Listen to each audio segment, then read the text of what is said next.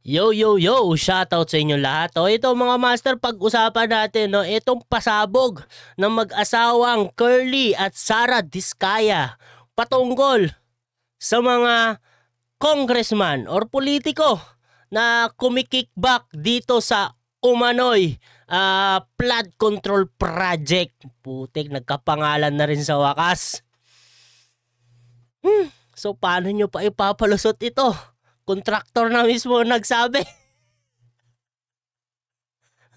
Kung sino man yung mga pangalan na dawit dito, magsalita na kayo. Ituro nyo na kung sino pa yung mga kasama nyo. No? Kasi, oh my goodness talaga, grabe.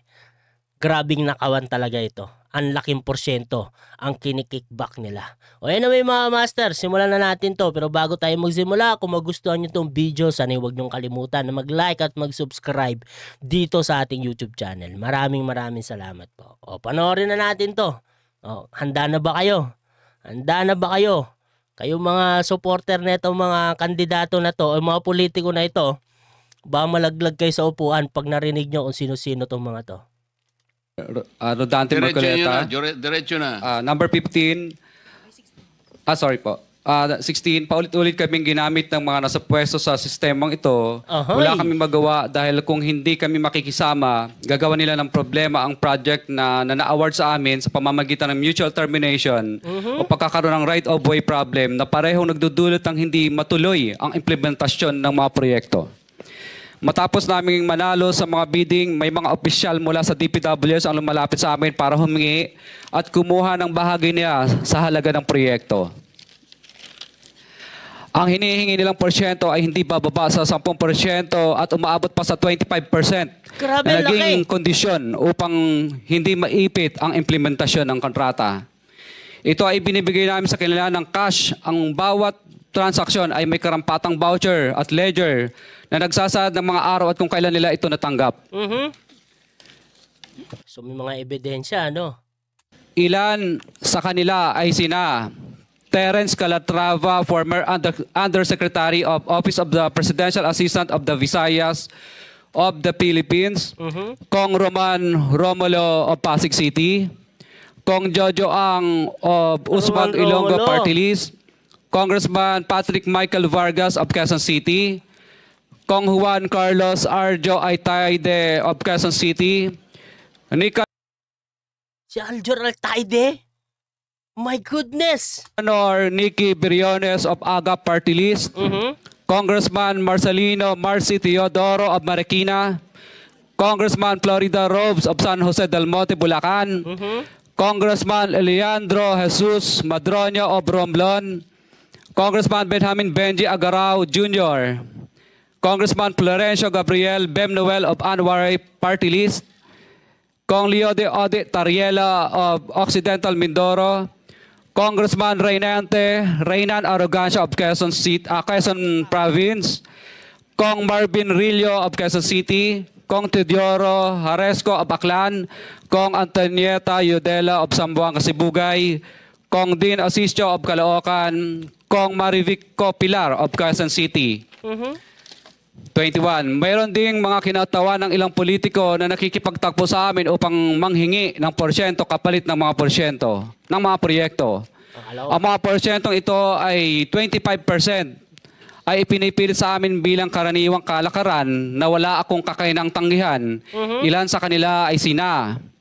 Naku. Wala kang kakayanang tanggihan? So ganun talaga kalakas. Dem talaga, dem. Mga hayop kayo.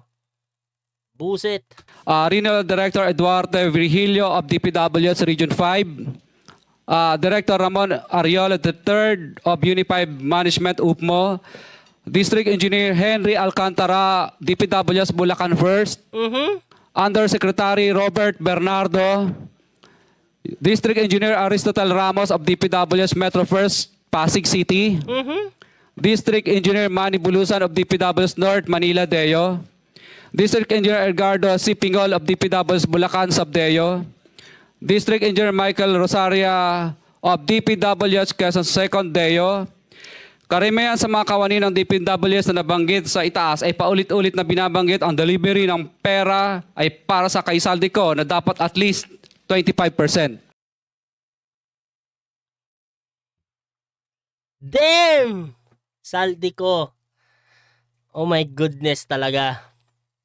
25% daw ang kay Saldico doon. So paano pa yung kay Tambi? Oh my goodness. So paano nyo to palulusutan, House of Representatives? Sa totoo lang, no? Totoo talaga yung sinasabi ni Mayor Magalong patungkol sa ginagawang investigation ng House of Representatives, yung Kamara. Kasi nga, halatang muro-muro. Paano nyo aanuin yung mga kabaro nyo dyan? Oh my goodness. Paano nyo i-investigahan ng maayos yan? Muro-muro talaga ang investigation nyo. Utik talaga. Si Kong Marvin Rillo naman ay ilang beses na binabanggit ang pangalan ni Speaker Martin Romualdez bilang kanyang malapit na kaibigan. Padrino 25. system. Sa tuwing umiinom kami sa Wine Story, sa BGC at sa Shangri-La Mall, sinasabi pa ni Kong Rillo na lahat ng kanyang request para sa pondo ay galing pa mismo sa unprogrammed funds at insertion na inaaprubahan ni Speaker. Oh my goodness! Galing sa insertion. Lintik talaga na insertion yan. No, talagang hindi na maitatanggi. Lalong-lalo na nung mga supporter netong mga bangag administration na to, na totoo yung sinasabi ni BP Sara patungkol sa ang umahawak ng budget natin ay 2 tao lang. Etong si Saldico at saka si Martin Romualdez. Kasi nga, tinan nyo, galing sa insertion. Di ba? So parang tinataasan nila yung budget natin para ano? Di ba? Base sa sinasabi nito ni Curly. Para kurakutin. Galing insertion eh. So mga pinasok na budget na hindi dapat kasali doon. Hayop! Grabe talaga. Di ba? So hindi na maitatanggi ng kung sino man na sinungaling si BP Sara. Ay hindi matatanggi na kasinungalingan pala yung sinasabi ni BP Sara. Kasi totoo na talagang sila ang humahawak ng budget. Di ba? Nahahawakan talaga nila. Nakokontrol nila. Di ba? My goodness. Ang tao ni Marvin Rillo na si Bugs Magalong ang pumupunta sa amin para kunin ang pera sa aming opisina o sa Wine Story. Si Kong Jojo ang naman lagi ring binabanggit sa lahat ng project sa kanya ay papondo ni Speaker at ni Saldico. Mataas ang hinihingi sa project, dagdag pa niya, hindi naman lahat ng pera ay para sa kanya, kundi para kay Speaker at kay Saldico. Ayop! Talaga. Para kay Martin Romualdez at para kay Saldico. My goodness. Diyan ba napupunta pera natin? Sa lungsod ng Pasig naman, lumapit sa akin ang DPWH Project Engineer na si Angelita Garucha para kolektahin ang parte ni Kong Roman Romulo sa flood control projects noong 2022. 28, number 28.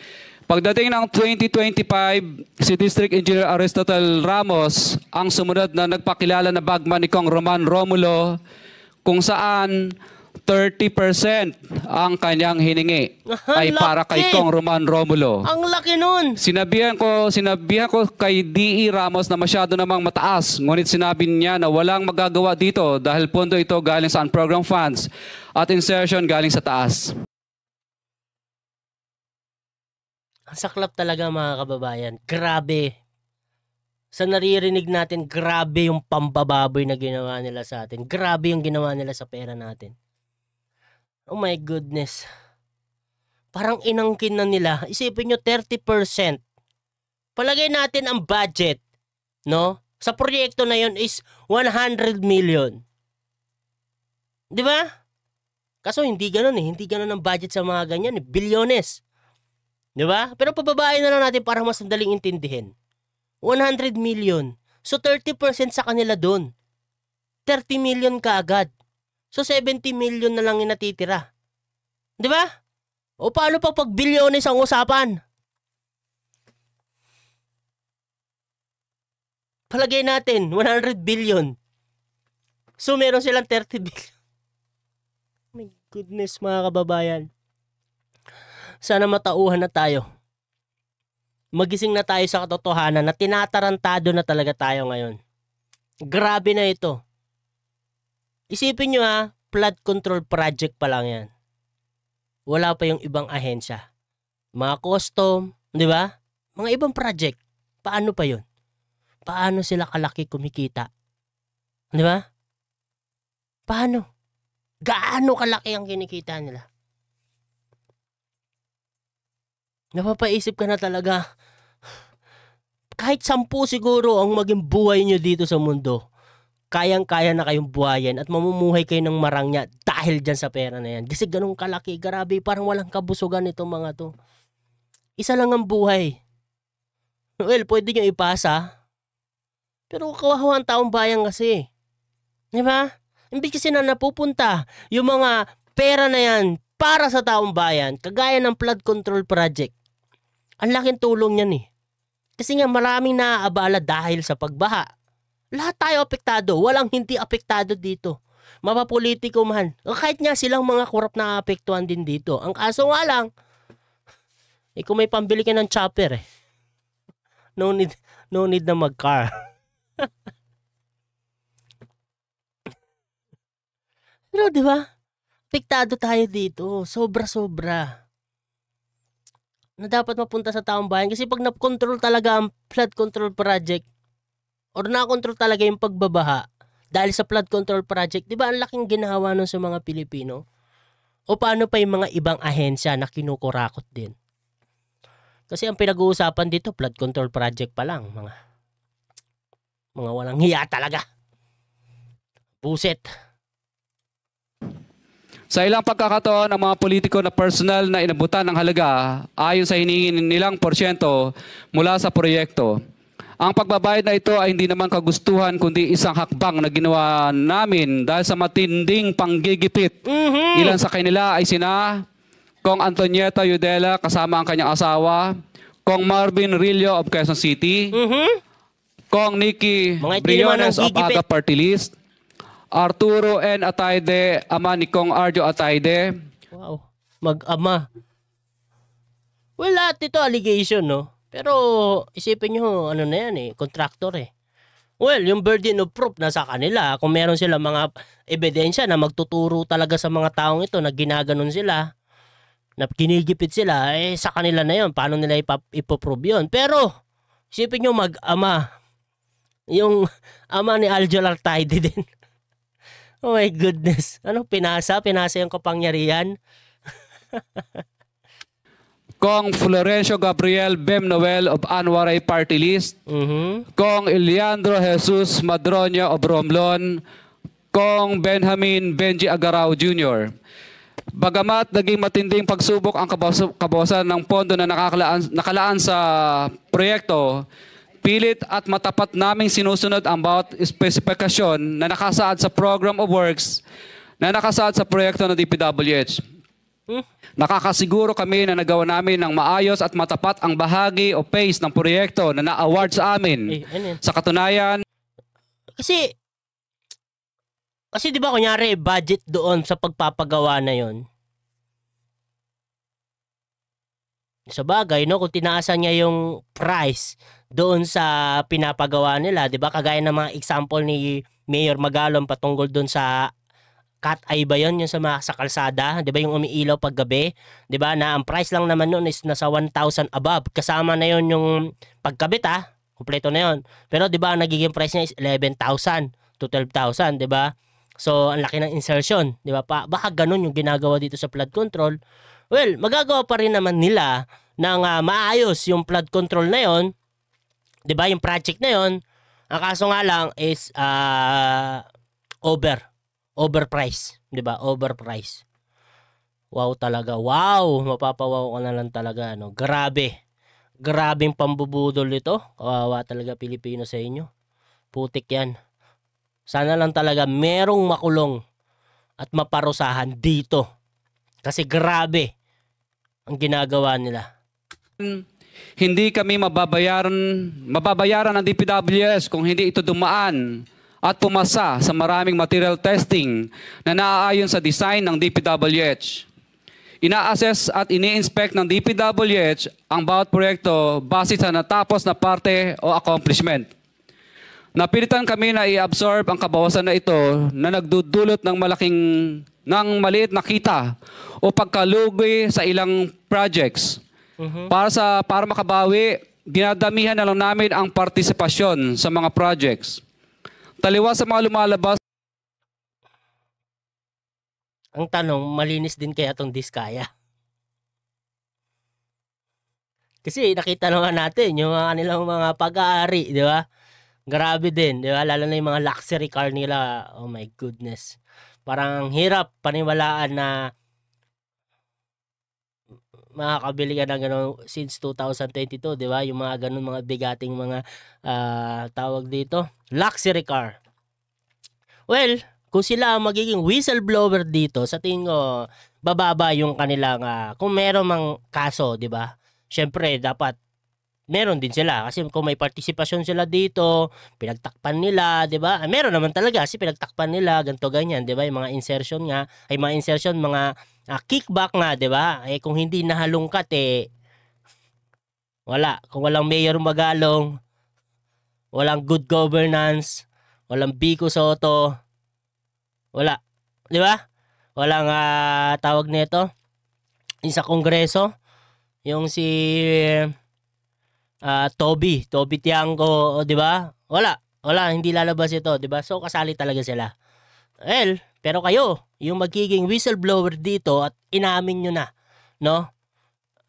Senate Blue Ribbon Committee yan, di ba? Under oath kayo dyan. Kung ano yung sinasabi nyo, yun, di ba? Inamin nyo na, sila yung mga yan, panindigan nyo. Kasi kung hindi, sa inyo lang magbabackfire lahat yan at kayo lang ang madidiin dyan. Hindi masasama yung mga sinasabi nyo. Kaya dapat ipagpatuloy nyo yan at ipakita nyo yung mga ebidensya.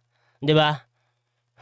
Sa tingin ko baka yung taong bayan mapag-isip pa na, sabihin na natin gano'n na may ginawa din kayo, goods na tayo. Goods na tayo. Sa inyo na yung sasakyan na may payong. Na may mga impormasyon sa publiko, hindi kailanman kami gumawa ng ghost projects. At masugid kami nag-i-inspect sa lahat ng aming mga natapos na projects. Yung wawaw lang. Mapapawaw ka talaga sa contractor na yun. Oh, wow. Handa po kaming tumistigo ng walang pilit at kusang loob bilang state witness at sabihin ang lahat ng nangyayaring katiwalaan ng Kamara, DPWH at iba pang mga kawani ng gobyerno upang gawin ang tama. Sana na rin talaga si Mayor Magalong imbitahan na. Well, dapat sa Congress. Kaso nga lang si moro-moro talaga ang investigation ngayon sa Congress, no? Pero kung si Mayor Magalong, 'di ba? Sabi niya, sasabihin niya yung mga pangalan ganito ganyan. Pag nagtugma, I like it. Kami ay lubos na humihingi ng tulong sa Senate Blue Ribbon Committee na pinamumunuan ng buting Chairman Senator Dante Marcoleta Tama ang at kay nilapitan mong President ahensya. Bongbong Marcos para sa proteksyon at seguridad Si Bangag. Naku, si Bangag. Si Bangag. Buset! ng aming pamilya. Ang salaysay na ito ay kusang loob namin ginawa at walang sino mang pumilit na gawin ito. Sa katotohanan ng lahat ay nilagdaan namin ang salaysay na ito ng kusang loob at walang pumipilit. Sign, Pacific of Vizcaya, nagsasalaysay. Notaryado po. Notaryado! Tapos under oath pa. Well, sa totoo lang, magandang progress ito. No? Lalo na pangalanan na sila. 'Di ba? At ito ay nanggaling mismo sa contractor.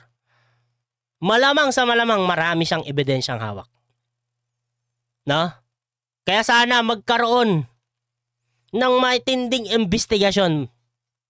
'Di ba? At para makasuhan na itong mga taong ito na walang ginawa kundi magpayaman gamit ang pera ng taong bayan. Ang kakapal ng mukha nyo. Putik kayo. Kulang ang sunugin kay sa impyerno. Dapat sa sun. Ipadala. Huh. Grabe talaga, no? Ayaw mga kababayan, gising na, no? Hindi ito usapin ng mga Duterte, mga Marcos. Usapin ito ng taong bayan. Kasi kung ganito yung nangyayari, walang nangyayari sa atin. Lulubog at lulubog tayo. Kawawa lang tayo. Kaya dapat umaksyon tayo patungkol dito. Huwag natin tigilan.